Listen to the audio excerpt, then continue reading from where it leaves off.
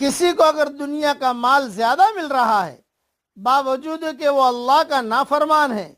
تو یہ مقام فرحت اور مسرت نہیں، کیوں کہ یہ استدراج ہے، مہلت ہے، پتہ نہیں کب یہ مہلت ختم ہو جائے اور اللہ کی پکڑ کے شکنجے میں آ جائے۔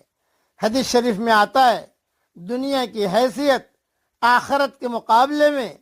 اس طرح ہے جیسے کوئی شخص اپنی انگلی سمندر میں ڈال کر نکالے تو دیکھے سمندر کے پانی کے مقابلے میں اس کی انگلی میں کتنا پانی آیا ہے۔ صحیح مسلم میں یہ حدیث ہے۔ ایک دوسری حدیث میں ہے کہ حضرت محمد صلی اللہ علیہ وسلم کا گزر بکری کے ایک مردہ بچے کے پاس سے ہوا تو اسے دیکھ کر آپ نے فرمایا